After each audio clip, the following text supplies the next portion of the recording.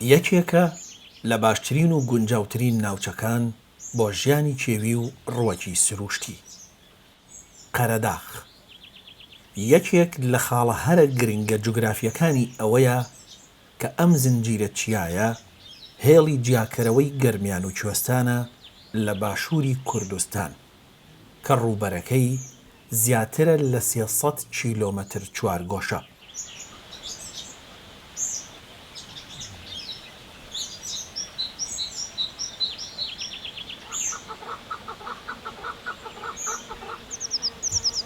ئێرە هەم لە ڕووی جۆرەکانی ڕووەکی سروشتی و هەم لە ڕووی ژمارە و جۆری ئاژەڵ و باڵندەی کێوی تایبەتمەندە.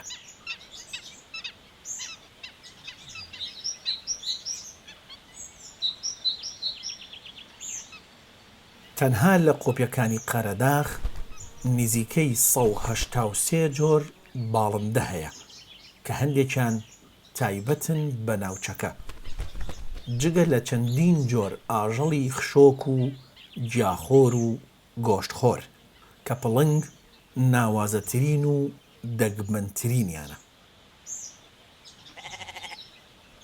ئاستەمە بچیتە قەرەداغ و ژمارەیەکی زۆر بزنی کێوی نەبینیت کە هەم ئاماژەیە بۆ لەباری سروشتەکە و هەمیش پاراستنیانە لەلایەن دانیشتوانی گوندەکانی ناوچەکە و لایەنە پەیوەندیدارەکان. لێرە دەنگی باڵندە و بۆنی سروشت ئارامبەخشە. یەکێکی تر لەلایەنە گرنگەکانی قەرەداغ هەبوونی 4 وەرزی تەواو جیاوازە، هاوینێکی گەرم و زستانێکی سارد هێندەی تر تایبەتمەندی پێبەخشیوە. جگە لە هەبوونی ئەو هەموو جۆری باڵندە و ئاژەڵی کێوی بۆ تەنیشتیمانی ئەو باڵندە کۆچەریانەش کە لە وەرزە جیاوازەکاندا بە هەزاران کیلۆمەتر دەبڕن و دێنە قەرەداغ بۆ دۆزینەوەی ئەو کەشەی کە خۆیان پێویستیانە.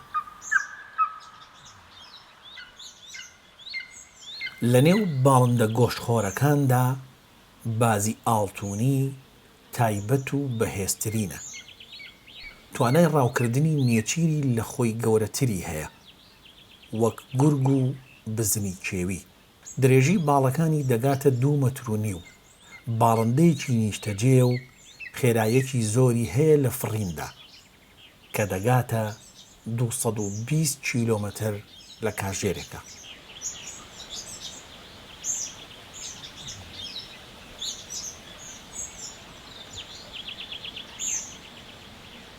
سیسارکی میسری لە تەواوی جیهاندا مەترسی لە ناوچوونی لەسرە، بەڵام ژمارەیەکی زۆر لە نێر و مێل لە قەرەداغ پارێزەران و پسپۆرانی ئەو بوارەی دڵخۆش کردووە.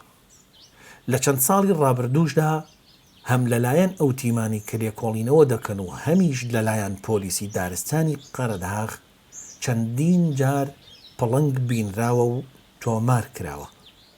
ئەمەش دیسان گەواهی ئەوە دەدات ئێرە لەبار و گونجاو و پارێزراوە.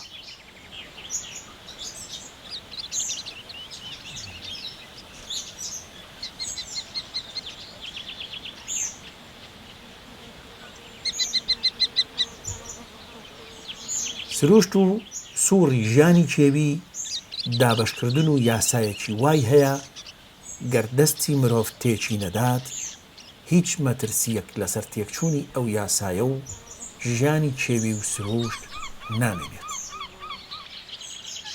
ئێمەی مرۆڤ دەبێت بیر لەوە بکەینەوە کە دەست هەڵگرین لە تێکدانی ئەم سروشتە.